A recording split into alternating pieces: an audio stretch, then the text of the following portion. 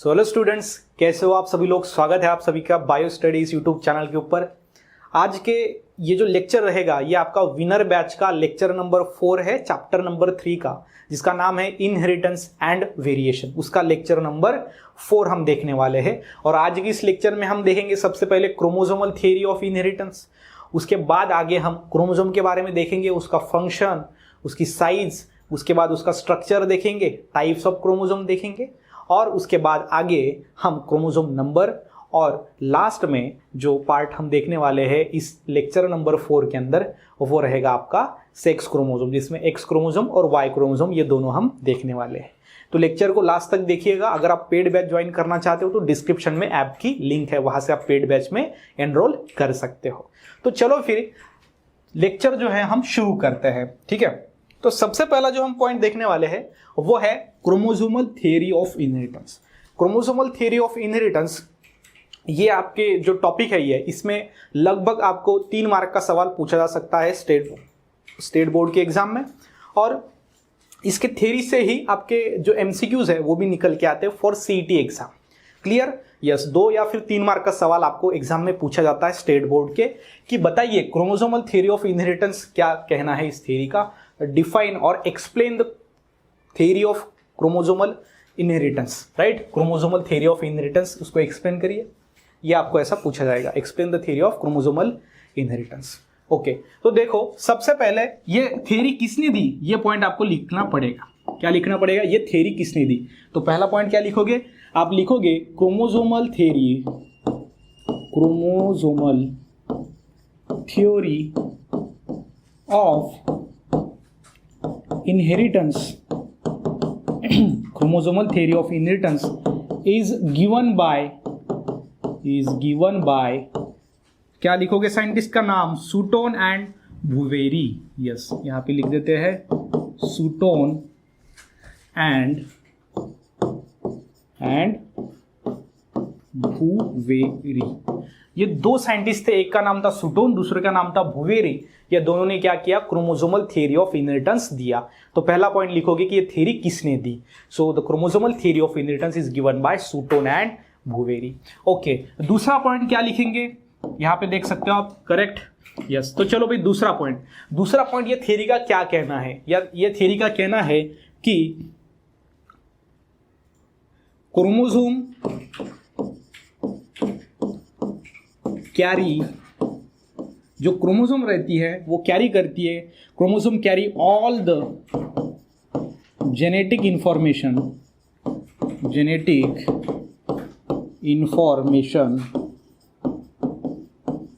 And they link parent with their offspring.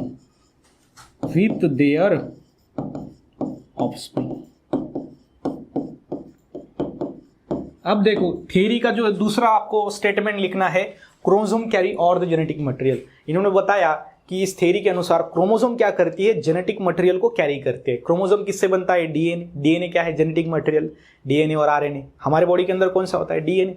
सो यहाँ पे इस थियरी का दूसरा पोस्टुलेट आपको लिखना है, दूसरा स्टेटमेंट लिखना है, chromosome carry all the genetic material and they link parents with their offspring. हमारे पेरेंट हमसे क्या है? लिंक है, क्योंकि हमारे बॉडी के अंदर कुछ जो जीन्स है वो हमारे पेरेंट्स से आए हैं, तो वो सिमिलर होते हैं। डीएनए फिंगरप्रिंट अगर हम निकालेंगे हमारे पेरेंट्स का और हमारा, तो हम पता लगा सकते हैं कि ये कॉमन चीजें हैं। मतलब पेरेंट को और ऑफस्प्रिंग को जोड़ने का काम ये क्रोमोसोम करती है। तो ये दूसरा स्टेटमेंट आपको लिखना है। अब तीसरा स्टेटमेंट की बात करते हैं। तीसरा स्टेटमेंट जो आपको लिखना है कि nucleus of chromosome, nucleus of gamete contain all the genetic information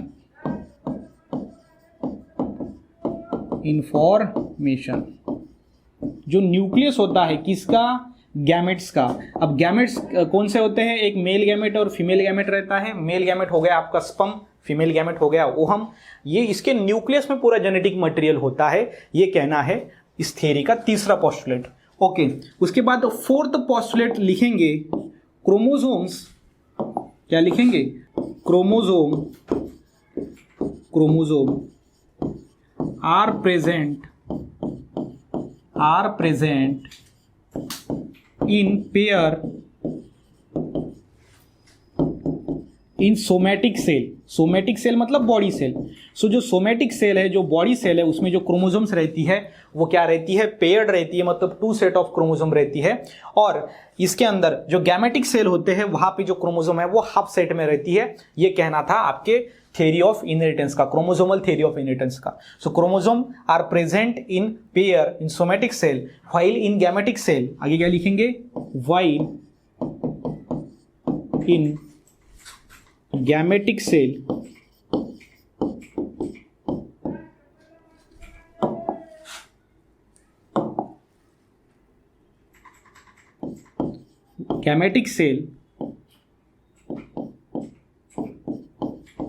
it present in single form, single रहेगा, एक ही पेयर रहेगी, मतलब पेयर नहीं रहेगी, एक ही फॉर्म रहेगा, ठीक है, 2 पेयर्स नहीं रहेंगे, ये आपको ध्यान में रखना, जैसे सोमैटिक सेल। लेकिन अगर आप गैमेट की बात करें तो वहां पे सिर्फ 23 क्रोमोसोम ही रहते हैं। आपके स्पर्म की सेल की बात करें तो उसमें भी, ओवम के अंदर भी। तो ये ध्यान में रखना है कि क्रोमोसोम सोमैटिक सेल में पेयर होती है, गैमेटिक सेल में वो सिंगल होती है। और लास्ट यहाँ पे आपको स्टेटमेंट लिखना है, इसको थोड़ा छोटा कर देते हैं ताकि लास्ट का जो पॉइंट है वो हम अच्छे से लिख पाए। यहाँ पर ही हम लिखेंगे, अगली स्लाइड में नहीं जाएंगे। ओके, सो लास्ट जो पॉइंट लिखेंगे वो है at the time of fertilization, at the time of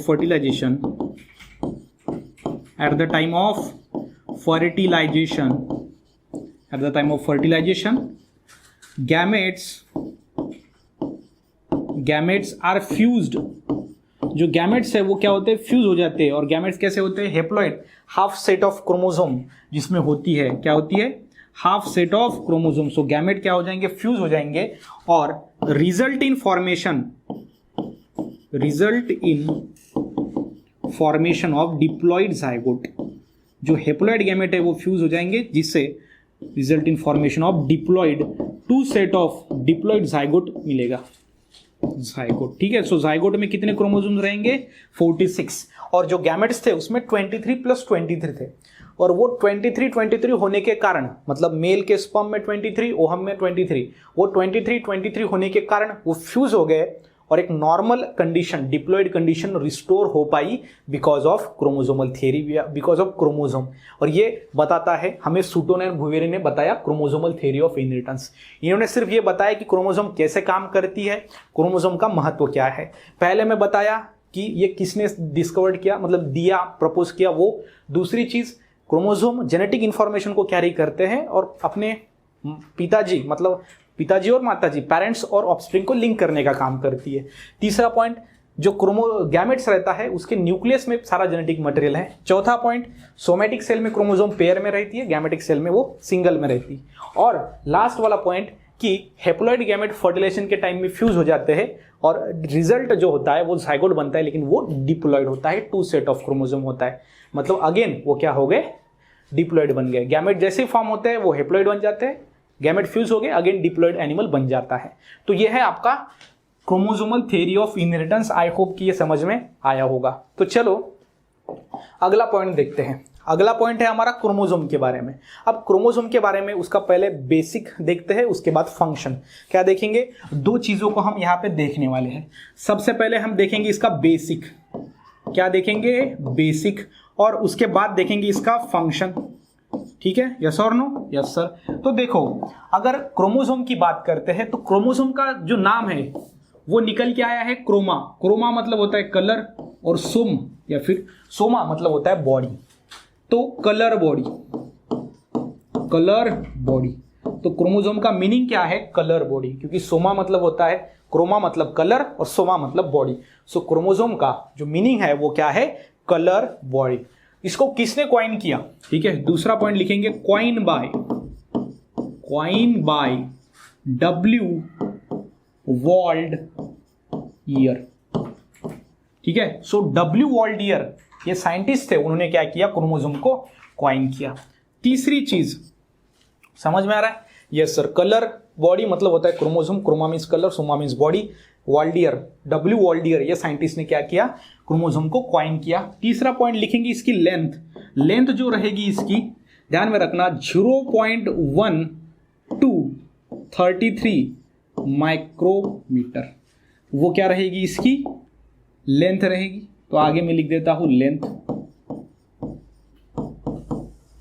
okay sir.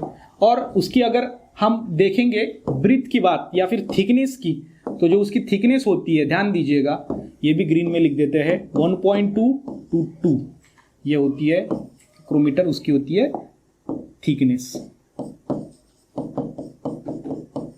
Clear? हाँ सर, ये समझ में आ गया सर उसके बेसिक के बारे में। आगे जो फंक्शन होता है क्रोमोसोम का, अभी मैंने आपको बताया फंक्शन क्या है, ट्रांसपोर्टेशन या फिर ट्रांसपोर्टेशन ऑफ जेनेटिक इंफॉर्मेशन। तो जेनेटिक इंफॉर्मेशन ट्रांसफर करने का काम होता है, तो फंक्शन लिखेंगे ट्रांसफर ऑफ जेनेटिक,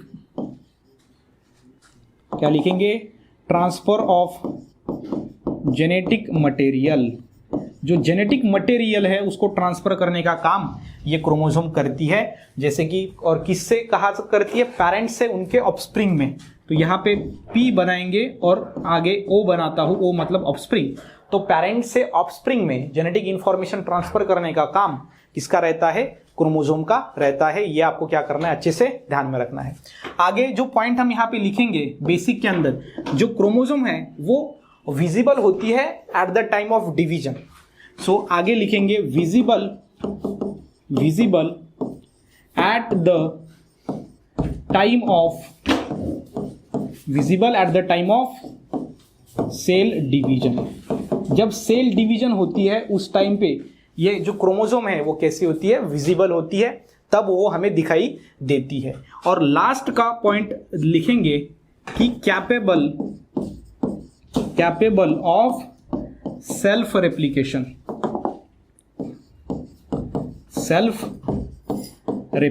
मतलब खुद के खुद वो रेप्लिकेट हो सकती है। रेप्लिकेशन मतलब डिवीजन। ये समझ में आ रहा है? यस सर, ये आपको ध्यान में रखना है about the basic of chromosome. Chroma मतलब कलर और बॉडी, सोमा मतलब बॉडी। सो कलर बॉडी को हम क्या बोलेंगे, क्रोमोसोम बोलेंगे। डब्ल्यू वॉल्डियर ये साइंटिस्ट ने उसको क्वाइन किया।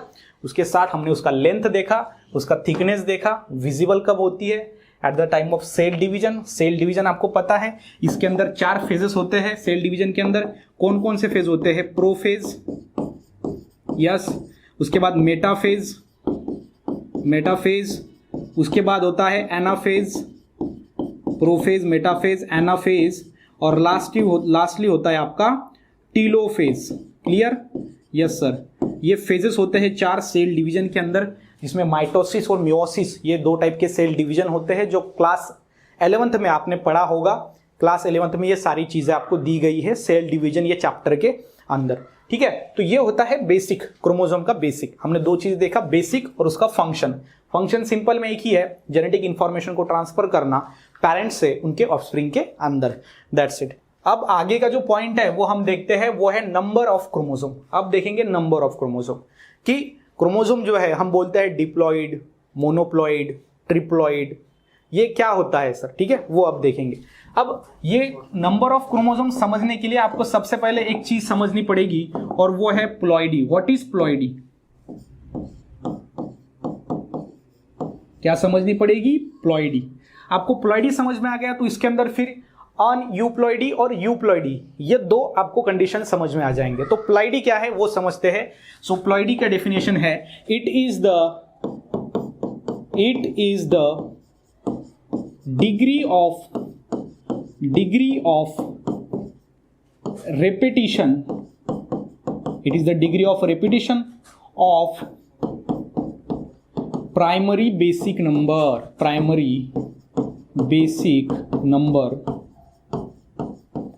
of chromosome. Clear? Yes sir. जो क्रोमोसोम होता है उसके अंदर एक प्राइमरी बेसिक नंबर होता है एनिमल के अंदर क्रोमोसोम का। जैसे हमारे बॉडी के अंदर 23 is the primary basic number which is present inside the human body, human cell. तो प्राइमरी बेसिक नंबर जो क्रोमोसोम का रहता है उसको बोला जाता है प्लॉइडी, और उसका रिपीटेशन, रिपीट कितनी बार होता है उसके ऊपर टाइप्स डिपेंड है।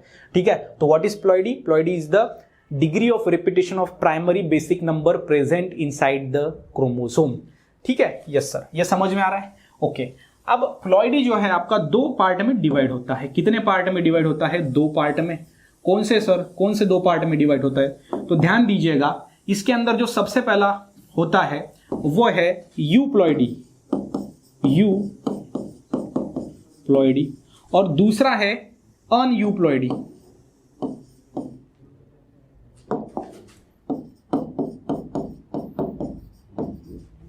क्लियर? यस सर, एक यूप्लॉइडी, दूसरा aneuploidy. So what is euploidy? So जब chromosome number, when chromosome number हम यहां पे लिखेंगे, when chromosome number,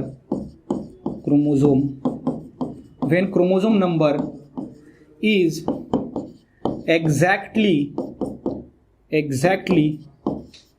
multiple of primary basic number, so आगे लिखेंगे इन सेल। तो जब क्रोमोसोम सेल के अंदर जो प्राइमरी बेसिक नंबर है उसके एग्जैक्टली मल्टीपल में होती है उसे बोला जाता है euploidy. So what is euploidy? When the chromosome, क्या लिखेंगे हम? When chromosome number in a cell is exactly multiple of primary basic number, तब उसे बोला जाता है यूप्लॉइडी। अब कैसे एग्जैक्टली मल्टीपल होता है आगे आपको पता चलेगा, अब उसके एग्जांपल्स भी देखते हैं, लेकिन उसके बाद अनयूप्लॉइडी का पहले समझ लेते हैं डेफिनेशन। तो अनयूप्लॉइडी का भी यहां पे वैसे ही होगा, व्हेन द क्रोमोसोम, ठीक है, व्हेन द क्रोमोसोम, आगे क्या लिखेंगे? Number, when the chromosome number is not, क्या लिखेंगे? Is not exactly multiple of primary basic number,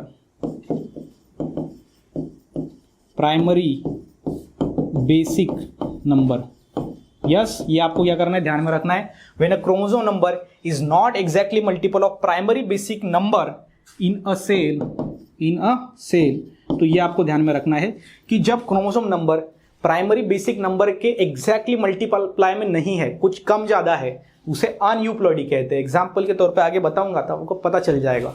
और यूप्लॉइडी किसे बोलेंगे? When chromosome number in a cell is exactly multiple of primary basic number. जैसे कि ह्यूमन के अंदर प्राइमरी बेसिक नंबर है 23, क्लियर? 23, उसे ही हम लिंकेज ग्रुप भी कहते हैं। सो 23 है, तो यूप्लॉइडी में आएगा, देख सकते हो, मैं आगे आपको बताता हूं। सबसे पहले इसको छोटा कर देते हैं, यस, ओके। तो हमने क्या किया, इसको थोड़ा छोटा कर दिया ताकि आप समझ सकते हो। नंबर ऑफ क्रोमोसोम हम क्या कर रहे हैं, देख रहे हैं, ओके। ये भी नंबर ऑफ क्रोमोसोम, ये जो हेडिंग है वो भी हम थोड़ा क्या करेंगे, कैंसिल कर देते हैं ताकि और अच्छे से समझ पाए।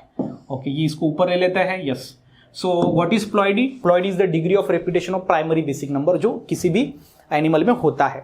यूप्लॉइडी मतलब जो प्राइमरी बेसिक नंबर है उसके मल्टीपल में ही क्रोमोसोम नंबर होना, उसे बोला जाता है यूप्लॉइडी। और अनयूप्लॉइडी नॉट एग्जैक्टली मल्टीपल। तो देखो यूप्लॉइडी में आप एग्जांपल देखो, आपको समझ में आ जाएगा सीधा। इसके अंदर होता है मोनोप्लॉइडी, उसके बाद होता है डिप्लॉइडी, उसके बाद होता है ट्रिप्लॉइडी, क्या बोलेंगे, ट्रिप्लॉइडी। अब ट्रिप्लॉइडी मतलब क्या, देखो अब आपका प्राइमरी बेसिक जो नंबर है उसे हम जो डिनोट करेंगे वो n से डिनोट करेंगे। किससे? n से। तो अगर 23 है तो मोनोप्लॉइडी में कितने रहेंगे, n मतलब 23, ठीक है। अब डिप्लॉइडी मतलब 2n हो गया 46, यस और नो? Yes sir. और यहाँ पे 3n जो है वो आगे हम क्या लिखेंगे, उसका क्रोमोसोम। मतलब जो प्राइमरी बेसिक नंबर है वो एग्जैक्टली क्या होगा, आपका मल्टीपल होगा। समझ में आ रहा है? Yes sir. अगर 3n बोलेंगे तो इसमें और हम 23 ऐड करेंगे तो ये हो गया 9, और आगे जो है ये हो गया 6, मतलब 69। अब यहाँ पे मोनोप्लॉइडी, डिप्लॉइडी, ट्राइप्लॉइडी या फिर आगे लिखेंगे पॉलीप्लॉइडी, ठीक है। आगे क्या एग्जाम्पल में और लिखेंगे पॉलीप्लॉइडी, पॉली मतलब मेनी, सो पॉलीप्लॉइडी। इसमें आ जाएगा आपका यूप्लॉइडी में, क्योंकि जो नंबर है ना 46 एग्जैक्टली मल्टीपल है। ये मतलब दो बार मल्टीपल, 2 into n, ये 3 into n, इसमें जो है वो क्रोमोसोम नंबर जो होता है वो एग्जैक्टली मल्टीपल होता है प्राइमरी बेसिक नंबर, जो कि हमने यहाँ पे 23 लिया है n, तो वो आ गए सब यूप्लॉइडी के अंदर। अब अनयूप्लॉइडी में एग्जैक्टली मल्टीपल नहीं होता। सो अनयूप्लॉइडी में आपके दो आते हैं, ये ध्यान में रखना, इसमें दो आते हैं, एक होता है हाइपोप्लॉइडी और एक होता है हाइपरप्लॉइडी। ठीक है, यस।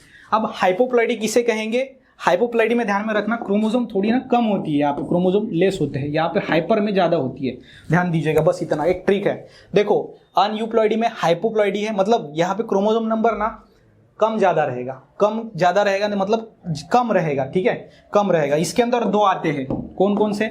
सबसे पहला होता है ए वाला होता है इसका, वो होता है मोनोसोमी। अब मोनोसोमी मतलब क्या कि इसके अंदर एक क्रोमोसोम क्या रहेगी? कम रहेगी, मतलब आगे लिखेंगे हम, आगे लिखेंगे 2n -1। अब 2n मतलब डिप्लॉइड है, डिप्लॉइड से एक क्रोमोसोम कम है, क्योंकि अनयूप्लॉइडी में एग्जैक्टली मल्टीपल होता ही नहीं है, तो डिप्लॉइड से एक क्रोमोसोम कम होना मतलब मोनोसोमी। मोनो मतलब सिंगल और सोमी मतलब एक क्रोमोसोम कम है। उसके बाद बी देख लेते हैं। अगर बी की बात करें तो यह है आपका नल्लीसोमी। ठीक है, सो नल्लीसोमी जो है ये फिनोमिनॉन, इसके अंदर दो क्रोमोसोम्स कम रहेंगे डिप्लॉइड से। सो डिप्लॉइड से दो क्रोमोसोम्स अगर कम रहे तो उसे बोला जाता है नल्लीसोमी। ठीक है, ये पॉइंट भी आपको समझ के लेना है अच्छे से। अब हाइपरप्लॉइडी देखते हैं। हाइपरप्लॉइडी में डिप्लॉइड से ज्यादा रहेंगे, एग्जैक्टली मल्टीप्लाई तो रहेंगे ही नहीं, क्योंकि ये अनयूप्लॉइडी के एग्जाम्पल्स है, तो यहाँ पे ज्यादा रहते हैं। इसमें भी आगे हम दो लिखेंगे एग्जाम्पल। सबसे पहला ए, हाइपरप्लॉइडी में ए जो होगा वो होगा आपका ट्राइसोमी, और जो बी होगा वो होगा टेट्रासोमी। ठीक है, यस। अब ट्राइसोमी में क्या होगा? डिप्लॉइड प्लस 1, 2n प्लस 1, एक क्रोमोसोम उसके अंदर ज्यादा रहेगी ट्राइसोमी के अंदर, और टेट्रासोमी के अंदर रहेगा 2n प्लस 2। ठीक है, ये आपको क्या करना है, ध्यान में रखना है। ट्राई मतलब 3, तो दो क्रोमोसोम्स रहेंगे, एक एक्स्ट्रा, और यहाँ पे टेट्रा मतलब 4, 2 + 2 4 क्रोमोसोम। ठीक है, तो ध्यान में रखना। तो हाइपरप्लॉइडी और हाइपोप्लॉइडी में क्रोमोसोम नंबर लेस रहेंगी, जिसमें दो है, मोनोसोमी, नल्लीसोमी। हाइपर में ज्यादा रहेंगी, डिप्लॉइड से एक ज्यादा, डिप्लॉइड से दो ज्यादा। यहाँ पे डिप्लॉइड से एक कम, डिप्लॉइड से दो कम। ये आपको ध्यान में रखना है अच्छी तरीके से। अगर ह्यूमन की बात करें, ह्यूमन का अगर हम यहाँ पे एग्जाम्पल ले तो आपको समझ में आ जाएगा कि मोनोप्लॉइडी में अब डिप्लॉइडी कितनी होती है ह्यूमन बॉडी के अंदर? 46, तो इसमें एक कम है, तो यहाँ पे कितने रहेंगे? 45 रहेंगे, किसके अंदर? मोनोसोमी के अंदर। और नल्लीसोमी के अंदर रहेंगे 44। ठीक है ना, यस। अब ट्राइसोमी के अंदर एक ज्यादा है, मतलब 46, नॉर्मल हमारा ह्यूमन का 46 है, तो एक ज्यादा 47 रहेंगे, और इधर 48 रहेंगे। आपको पूछ सकते हैं कि बताइए अगर प्राइमरी बेसिक नंबर क्रोमोसोम का डिप्लॉइड में अगर ये है, ठीक है, अगर आपको पूछा कि डिप्लॉइड में जो क्रोमोसोम नंबर है वो एनिमल का वो है 40, तो उसके ट्राइसोमी कंडीशन में कितने क्रोमोसोम्स रहेंगे? तो डिप्लॉइड में 40 है, तो ये 2 सेट है, इसमें और एक सेट जोड़ दो, क्योंकि 2 सेट में और एक सेट जोड़ना है, प्लस 20 आ जाएगा, तो इज इक्वल टू हो जाएगा आपका 60 इसकी ट्राइसोमी कंडीशन में क्रोमोसोम्स। तो ऐसे ही सवाल आपके ये चारों के ऊपर बनेंगे, जो सीईटी के हिसाब से बहुत इंपॉर्टेंट है, और मुझे लगता है कि इसके ऊपर आपको ध्यान देना पड़ेगा अगर आप चाहते हो अच्छे कॉलेज में एडमिशन लेना using CET examination. Okay, yes sir. तो चलिए फिर आगे बढ़ते हैं। ये हो गया आपका क्रोमोसोम नंबर के बारे में मैंने आपको बता दिया। ओके, सो नेक्स्ट पॉइंट है स्ट्रक्चर ऑफ क्रोमोसोम। आप क्या देखेंगे? Structure of chromosome. अब अगर क्रोमोसोम की बात करते हैं, क्रोमा मतलब कलर, सोमा मतलब बॉडी, कलर बॉडी को हम क्रोमोसोम कहते हैं।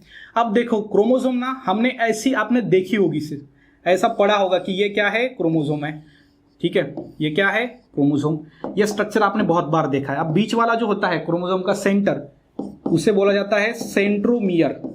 क्या बोला जाता है? सेंट्रोमियर। उसके बाद ये क्रोमोसोम के जो आर्म रहते हैं उसे बोला जाता है क्रोमैटिड।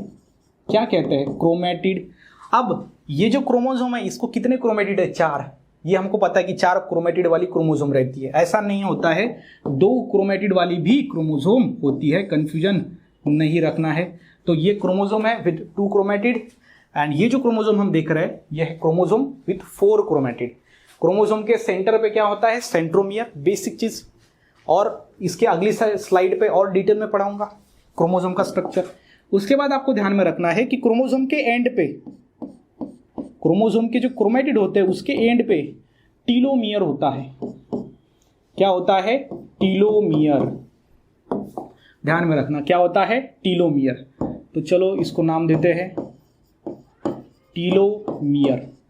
ठीक है, सबसे बीच में ये सेंट्रोमियर, क्रोमेटिड के एंड पार्ट पे रहता है टीलोमियर। तो यहाँ पर ये सेंट्रोमियर और इधर ये दोनों साइड पे क्या रहेगा? टीलोमियर रहेगा। उसके बाद ये जो क्रोमोसोम रहती है वो डीएनए से बनती है ना, तो बीच में जो पार्ट होता है उसे बोला जाता है क्रोमोनेमेटा। क्या बोला जाता है? क्रोमोनेमाटा। क्रोमोनेमाटा जो मैंने ये निकाला है आपका येलो कलर, नॉट येलो, ये पिंक कलर है। सो पिंक कलर में जो हमने निकाला है वो रहेगा क्रोमोनेमाटा। क्या रहेगा? क्रोमोनेमाटा। आगे मैं और आपको बताऊंगा। तो ध्यान में रखना क्रोमोसोम में सिर्फ 4 क्रोमेटिड होते हैं, ये ही क्रोमोसोम होती है ऐसा नहीं है। क्रोमोसोम में 2 क्रोमेटिड भी होते हैं, 4 क्रोमेटिड भी होते हैं। आपका सवाल रहेगा सर फिर कुछ क्रोमोसोम में 2 क्रोमेटिड रहते हैं, कुछ में 4, ऐसा क्यों? तो ये क्रोमोसोम किससे बनी है? डीएनए से। क्लियर? तो हमारे पास ऐसी क्रोमोसोम है जो डीएनए से बनी है जिसमें 2 क्रोमेटिड है। अब जो है इसका जब डीएनए का रेप्लिकेशन होगा, क्या होगा? डीएनए का रेप्लिकेशन। ये क्या है? डीएनए। और जब इसका रेप्लिकेशन होगा तो 2 डीएनए, मतलब डीएनए बढ़ेगा, डीएनए बढ़ेगा तो उसका क्रोमेटिड नंबर भी बढ़ेगा और जिसके कारण वो 2 क्रोमेटिड से 4 क्रोमेटिड वाली बन जाएगी। Clear? Yes sir. So 2 chromatid से 4 क्रोमेटिड वाली वो क्रोमोसोम बनेगी क्योंकि डीएनए रेप्लिकेशन हुआ है। दैट मीन्स क्रोमोनेमाटा जो मैंने बताया आपको, ये पिंक कलर क्रोमोनेमाटा वो बढ़ गया है, तो जिसके कारण फिर बाद में क्रोमोसोम के 4 क्रोमेटिड बन जाएंगे। सो ये जो क्रोमोसोम है, this chromosome is chromosome having 4 chromatid. और यहाँ पे जो मैंने लेफ्ट साइड में निकाली है ये क्रोमोसोम है chromosome having 2 chromatid. Clear? Yes sir. ये आपको ध्यान में रखना है about the structure of chromosome. तो चलो अगला पॉइंट, वो मैंने बताया बेसिक, आपको क्रोमोसोम का बेसिक आपके किताब में ये स्ट्रक्चर आपको दिया गया है, ये आप देखते हैं। अब यहाँ पे ध्यान दीजिएगा क्या क्या हम यहाँ पे नाम देने वाले हैं। अब सिंपल में इसको बोलेंगे क्रोमेटिड। क्रोमेटिड, यस और नो? Yes sir. ये तो आपने बहुत सिंपल बता दिया, मतलब सिंपल है कि ये आपकी क्रोमेटिड है। इसको थोड़ा जो है इस साइड पे ले लेते हैं ताकि अच्छे से नाम दे सके। ओके। उसके बाद मैंने बताया था आपकी यहाँ पे जो लास्ट पार्ट होता है वहाँ पे क्या होता है? टीलोमियर होता है। यस और नो? Yes sir. तो चलो टीलोमियर भी बता देते हैं। यस, तो ये हो गया टीलोमियर। उसके बाद जो क्रोमोसोम होती है उसके सेंटर में एक पार्ट होता है उसे बोला जाता है सेंट्रोमियर। सेंट्रोमियर। ठीक है, तो टीलोमियर समझ में आ गया, क्रोमेटिड समझ में आ गया, सेंट्रोमियर समझ में आ गया। अब यहाँ पे जो छोटा जगह यहाँ पे होती है ये आपका जो ये क्या है? क्रोमेटिड है क्रोमोसोम का। तो यहाँ पे जो छोटी जगह आपको दिख रही है इसे बोला जाता है सेकेंडरी कंस्ट्रक्शन। Secondary constriction. ठीक है, यस। वो यहाँ पर भी होता है और यहाँ पर भी जो छोटी जगह आपको दिख रही है इसे भी क्या बोलेंगे? Secondary constriction. Clear? Yes sir. अब ये जो सेकेंडरी कॉन्स्ट्रिक्शन रहता है इसका एक काम होता है कि ये जो है आपका न्यूक्लियोलस और सैटेलाइट बॉडी दोनों को बाइंड करने का काम करता है। तो यहाँ पे हम लिखेंगे, ये हो गया आपका न्यूक्लियोलस और ये होता है सैटेलाइट बॉडी। इसको शॉर्ट में SAT बॉडी लिखेंगे, सैटेलाइट बॉडी। तो ये दोनों को यहाँ पे बाइंड करने का काम किसका होता है? सेकेंडरी कंस्ट्रक्शन का होता है। आपका जो सेंट्रोमियर होता है इसे ही हम प्राइमरी कंस्ट्रक्शन भी कहते हैं, primary constriction. Clear? Yes sir. So secondary constriction आपको समझ में आ गया, प्राइमरी कंस्ट्रक्शन भी समझ में आ गया। So primary constructions also known as centromere. Clear? अब सेंट्रोमियर के बाजू में ये जो सेल की लेयर रहती है इसे बोला जाता है काइनेटोफोर। क्या बोला जाता है? काइनेटोफोर। तो चलो लिख देंगे नाम।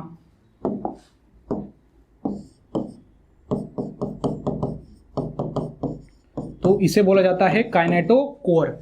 और लास्ट में ये जो क्रोमेटिड है उस क्रोमेटिड में यहाँ पे जो पार्ट होता है प्रेजेंट उसे बोला जाता है क्रोमोनेमेटा, जो कि डीएनए से बना है। किससे बना है? डीएनए से। तो ये आपको क्या करना है? ध्यान में रखना है। ये जो पार्ट होता है इसे बोला जाता है क्रोमोनेमेटा। ठीक है, इसके ऊपर क्या है, डीएनए है। तो लास्ट जो नेमिंग हम करेंगे वो करेंगे क्रोमोनेमेटा। क्लियर? Yes sir. तो ये नाम आपको ध्यान में रखने हैं about the structure of chromosome. ये थोड़ा डिटेल स्ट्रक्चर है। क्या है? डिटेल स्ट्रक्चर है। और अगर डायग्राम को अच्छे आपको निकालनी है तो इसको आप अच्छे से क्रोमोनेमेटा को जो है और अच्छे से आप डिजाइन कर सकते हो। ठीक है, ये रहेगी आपकी क्रोमोनेमेटा। समझ में आ रहा है? Yes sir. स्क्रीनशॉट लगा सकते हो इस डायग्राम का। एक एक जो चीज है मैंने थोड़ी आराम से डिटेल में आपको पढ़ाया है about the structure of chromosome. Okay, आगे जो नेक्स्ट पॉइंट है वो है टाइप्स ऑफ क्रोमोसोम। क्रोमोसोम कितने प्रकार के होते हैं, टाइप्स ऑफ क्रोमोसोम हम जिसे बोलेंगे। और टाइप्स ऑफ क्रोमोसोम जो है वो किस बेसिस के ऊपर है वो डिपेंड है। सो types of chromosome on the basis of position of centromere, on the basis of position of centromere. Centromere आपको पता है कहां पे होता है, क्रोमोसोम के सेंटर पे होता है, लेकिन हर बार वो सेंटर पे ही है ऐसा नहीं होता है। उसके हिसाब से क्रोमोसोम के 4 टाइप गिरते हैं। कितने? 4 टाइप। सबसे पहला क्रोमोसोम जो होता है वो होता है मेटासेंट्रिक। मेटासेंट्रिक। उसके बाद होता है सब मेटासेंट्रिक। सब मेटासेंट्रिक। और उसके बाद जो क्रोमोसोम रहती है वो रहती है एक्रोसेंट्रिक। एक्रोसेंट्रिक। और लास्ट जो क्रोमोसोम रहती है वो रहती है टीलोसेंट्रिक। मतलब कि on the basis of position of centromere, ये क्रोमोसोम पे आपका सेंट्रोमियर कहाँ पे बैठा हुआ है, उसकी पोजीशन क्या है, उसके हिसाब से क्रोमोसोम के 4 टाइप जहाँ पे गिरते हैं। ठीक है, तो पहले टाइप मैं आपको एक्सप्लेन करता हूं। आप जिस क्रोमोसोम में जो सेंट्रोमियर क्रोमोसोम के एकदम बीच में होता है उसको बोला जाता है मेटासेंट्रिक। मेटा मतलब मिडल और सेंट्रिक, जिस क्रोमोसोम में जो सेंट्रोमियर मिडल में होता है दैट इज मेटासेंट्रिक। ये हो गया। ओके, अब दूसरी है सब मेटासेंट्रिक। सब मेटासेंट्रिक में वो जस्ट सेंटर के थोड़ा सा बाजू में होता है सेंट्रोमियर, उसे बोलेंगे सब मेटासेंट्रिक। एक्रोसेंट्रिक में वो डायरेक्टली एंड के पास होता है। ओके, एट द एंड नहीं होता, वो एंड के पास होता है आपका सेंट्रोमियर, वो हो जाएगा आपका एक्रोसेंट्रिक क्रोमोसोम। और जिस क्रोमोसोम में eight the and centromere present होता है उसको बोलेंगे टीलोसेंट्रिक। क्लियर? Yes sir. यहाँ पे जो है वो हम कलरफुल बना देते हैं। ये आपका सेंट्रोमियर है, यहाँ पे नियर टू एंड और यहाँ पे एट द एंड। तो आपको क्या लिखना है? The chromosome having centromere in their middle. तो पहला पॉइंट लिखेंगे कि यहाँ पे जो क्रोमोसोम रहता है वो सेंटर में जो सेंट्रोमियर रहता है एट द मिडल में वो क्या होता है? सेंट्रोमियर होता है। सब मेटासेंट्रिक में एट द मिडल या फिर एट द सेंटर बोलेंगे। क्या बोल सकते हैं? Eight the centre. Clear? Yes sir, eight the centre. यहां पे होता है away from centre. Away from centre, centre से दूर होता है। यहां पे होता है नियर टू एंड। क्या लिखेंगे यहाँ पे? नियर टू एंड, एंड के नियर में। और यहां पे लिखेंगे एट द एंड, एंड में। ठीक है, एट द एंड, ये आपको ध्यान में रखना है पॉइंट। ठीक है, at the centre, away from centre, near to end, at the end. Clear? Yes sir. So on the basis of position of centromere chromosome 4 type के अंदर डिवाइड होता है। मेटासेंट्रिक, एक्रोसेंट्रिक, सब मेटासेंट्रिक के बाद सब मेटासेंट्रिक, एक्रोसेंट्रिक और telocentric. अब ये जो क्रोमोसोम होती है मेटासेंट्रिक वाली, ये वी शेप होती है। कैसे सर वी शेप? तो देखो ये मिडल में है तो दोनों साइड से क्या हो गया आपका? क्रोमेटिड हो गया। ये ऊपर वाली नीचे वाला क्या है? क्रोमेटिड है। तो ये हो गया वी शेप। ये जो क्रोमोसोम रहती है ये रहती है आपकी एल शेप। ठीक है, तो ये हो गई एल शेप क्रोमोसोम। ये जो क्रोमोसोम रहती है ये होती है जे शेप क्रोमोसोम। ठीक है, यस सर, ये जे शेप क्रोमोसोम है। और ये जो क्रोमोसोम रहती है वो रहती है आई शेप क्रोमोसोम। कौन सी? आई शेप। क्लियर? Yes sir. तो ध्यान में रखना है मेटासेंट्रिक जो क्रोमोसोम है वो वी शेप, उसके बाद सब मेटासेंट्रिक एल शेप, एक्रोसेंट्रिक जे शेप और सब यहाँ पे टीलोसेंट्रिक रहेगी आई शेप। ये आपको समझ के लेना है अच्छी तरीके से। टाइप्स ऑफ क्रोमोसोम कितने हैं? 4 है on the basis of position of centromere. ये चीज बहुत इंपॉर्टेंट है। On the basis of position of centromere, position of centromere के बेसिस पे कितने टाइप्स यहाँ पे हो रहे हैं क्रोमोसोम के। ओके, उसके बाद नेक्स्ट जो पॉइंट हम देखेंगे वो है सेक्स क्रोमोसोम। ठीक है, ये जो है हमारा लास्ट वाला पॉइंट है इस लेक्चर नंबर 4 का चैप्टर नंबर 3 के। ठीक है, क्या देखेंगे, सेक्स क्रोमोसोम। अब ये ऐसी क्रोमोसोम है जिससे जो है इंडिविजुअल पता चलता है कि मेल है या फिर फीमेल है। तो देखो, ये दो टाइप की क्रोमोसोम होती है। मेल के अंदर जो है हमें XX फीमेल के बॉडी के अंदर, यस, फीमेल के अंदर X क्रोमोसोम होती है और मेल के अंदर XY होती है। मतलब जो मेल है वो हेट्रोगैमेटिक है, दो टाइप के क्रोमोसोम होते हैं, X और Y। तो सेक्स क्रोमोसोम में दोनों भी आएंगे आपके X और Y, तो वो दोनों का स्टडी करेंगे। तो चलो सबसे पहले यहाँ पे डायग्राम बना लेते हैं। ये ठीक है, ये बनाई मैंने X क्रोमोसोम और ये बनाई Y क्रोमोसोम। ठीक है, X क्रोमोसोम और Y क्रोमोसोम, नीचे इसका जो है वो नाम दे देते हैं। ये हो गई X क्रोमोसोम और ये हो गई Y chromosome. Clear? Yes sir, X chromosome और Y क्रोमोसोम, इसके नीचे ही नाम लिख देते हैं ताकि हमारा जो स्पेस है वो बच जाए। यस, ये होती है X और ये होती है Y क्रोमोसोम। समझ में आ रहा है? यस। अब इसके बारे में कुछ पॉइंट्स हम आगे लिखेंगे जिससे हमारा ये पॉइंट क्या हो जाएगा, क्लियर हो जाएगा। दोनों क्रोमोसोम के बारे में मैं आपको बताता हूँ। ठीक है, अब ध्यान दीजिएगा, X क्रोमोसोम और Y क्रोमोसोम, इसमें पहला पॉइंट हम क्या लिख सकते हैं? पहला पॉइंट हम लिखेंगे X chromosome is longer than Y chromosome. Clear? Yes sir, लिख सकते हैं पहला पॉइंट वैसा? हाँ सर, लिख सकते हैं, क्यों नहीं, बिल्कुल। तो पहला पॉइंट हम लिखेंगे कि पहला पॉइंट रहेगा X chromosome is longer than Y chromosome. Y chromosome से X क्रोमोसोम क्या है, लॉन्ग है, जैसे कि आप डायग्राम में देख पा रहे हो। अब X क्रोमोसोम के मिडल में सेंट्रोमियर है, मतलब X क्रोमोसोम का शेप कौन सा होगा, V शेप, जिसे बोलेंगे सब मेटासेंट्रिक कि मेटासेंट्रिक। मेटासेंट्रिक सर, जब सेंट्रोमियर एंड में यहाँ पे मिडल में होता है प्रेजेंट, तो X क्रोमोसोम कौन सी होगी फिर आपकी, मेटासेंट्रिक होगी। तो आगे लिखेंगे दूसरा point, X chromosome is metacentric okay, and Y chromosome जो रहेगी, एंड Y क्रोमोसोम में नियर के थोड़ा बाजू में है, मतलब वो होगी टीलोसेंट्रिक। जो सेंटर है, सेंटर के बाजू में, तो हो गई टीलोसेंट्रिक। ठीक है, यस सर। तो ये दूसरा पॉइंट हो गया कि जो X क्रोमोसोम है, पहला पॉइंट हमने लिखा था कि वो लॉन्गर है than Y chromosome. Y chromosome से X क्रोमोसोम लॉन्ग है, लंबी है। दूसरे में बताया X क्रोमोसोम मेटासेंट्रिक है, तो Y क्रोमोसोम टीलोसेंट्रिक है। तो ये हो गया दूसरा पॉइंट। ठीक है, तीसरा पॉइंट क्या लिख सकते हैं? देखो, ये जो आपका X और Y क्रोमोसोम है, इसके अंदर दो रीजन्स आपको दिखाई दे रहे होंगे। एक ऐसा रीजन है जो सेम है, ये देख सकते हो, अब ये दोनों का जो रीजन है ये सेम है। अब सेम रीजन को हम बोलते हैं होमोलोगस रीजन। क्या बोलेंगे? Homologous region. जो रीजन क्या है, सेम है। और ऐसा रीजन एक है जो सेम नहीं है। ठीक है, ऊपर वाला ये रीजन जो होता है, ये क्रोमोसोम के रीजन को हम बोलते हैं नॉन होमोलोगस रीजन। क्या बोलेंगे? Non homologous region. एक होमोलोगस रीजन और दूसरा कौन सा है, नॉन होमोलोगस रीजन। अब ये जो ध्यान में रखना कि नॉन होमोलोगस रीजन जो है, इसके अंदर रहता है यू क्रोमेटिन। क्या रहता है? Euchromatin. तो X में बड़ा होमोलोगस, ये नॉन होमोलोगस रीजन बड़ा है, ऊपर नाम भी लिख देते हैं, ये हो गया non homologous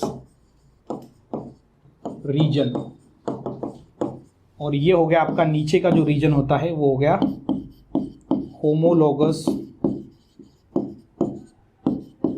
region. Clear? Yes sir, एक नॉन होमोलोगस रीजन, दूसरा होमोलोगस रीजन। अब यहां पे तीसरा पॉइंट हम लिखेंगे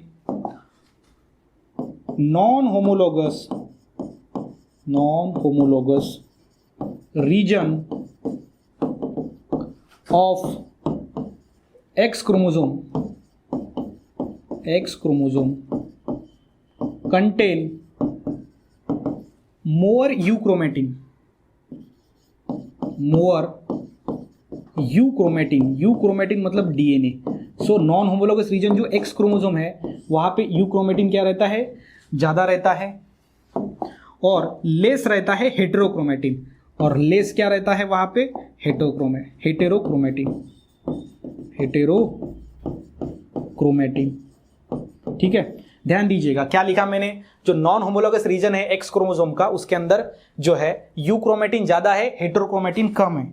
क्या लिखा, यू क्रोमेटिन ज्यादा है, हेटेरोक्रोमेटिन कम है। उसके बाद नेक्स्ट पॉइंट हम इसके अपोजिट लिखेंगे, आपके ये non homologous region of Y chromosome.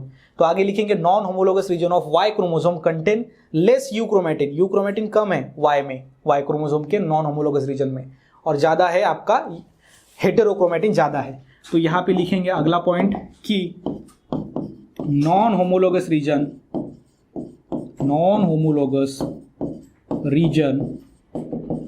Of Y chromosome, अब वाई क्रोमोसोम की बात हो रही है, उसके नॉन होमोलोगस रीजन की बात हो रही है, contain non homologous region of Y chromosome contain less amount of euchromatin. तो जो यू क्रोमेटिन क्या रहेगा, लेस रहेगा। ठीक है, यू क्रोमेटिन,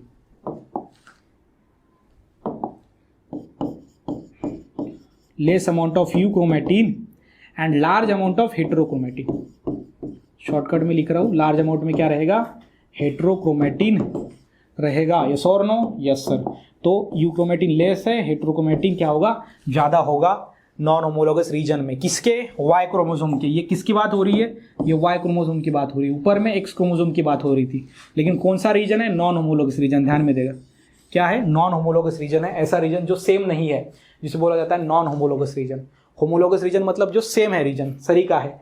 क्लियर, तो ये आपको ध्यान में रखना है about the X and Y chromosome. उसके बाद आगे पॉइंट रहेगा हमारा कि non homologous region of X chromosome contain X link genes and non homologous region of Y chromosome contain Y link genes. ये आपका नेक्स्ट पॉइंट रहेगा यहाँ पे आगे।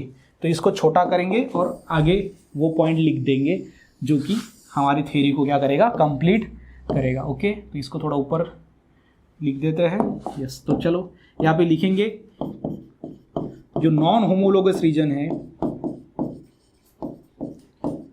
यस, किसका, non homologous region of X chromosome, और दूसरा है non homologous region of Y chromosome.